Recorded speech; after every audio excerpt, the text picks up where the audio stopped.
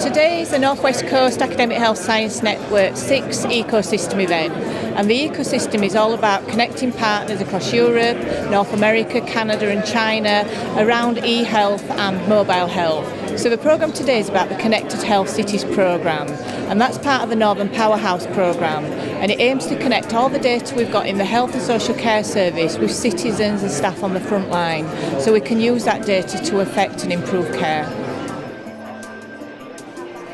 I think that what we're trying to do is not just do a programme that stands out in isolation. This is going to be part of other transformation programmes, other initiatives that are going across the Northwest. So Connected Health Cities could be seen as the glue to bring our region together. And I think out of this, at the end of this programme, we will see real economic growth, which is part and parcel of this civic partnership that we're bringing together. So the speakers, we've got a really wide array of speakers. We've got Dr. Hakim Yadi from the Northern Health Science Alliance that brings business into the North to impact on health. How does $1 trillion sound? Well, on the day of the spending review, it sounds pretty good.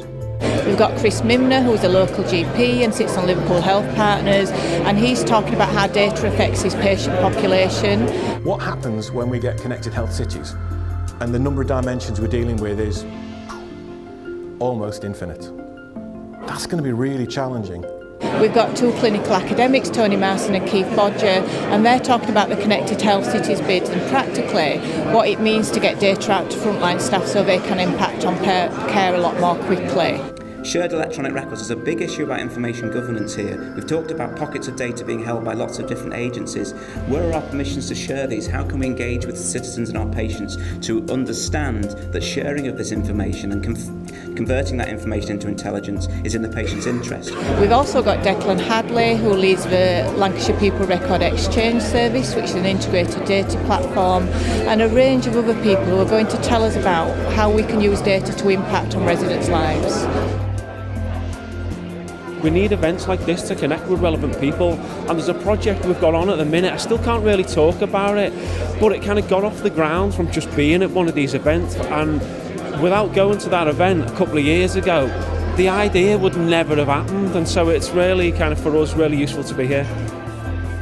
We've had some discussions. We've been discussing the $1 billion challenge and for getting people on board with that. We've looked at the themes of connected health cities around unplanned care and alcohol misuse.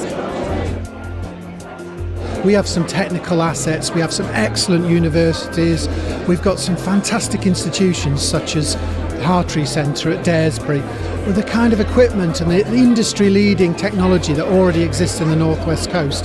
So that's why we're going to be really strong in this. What this programme does is bring together those elements into one cohesive programme. It's very exciting.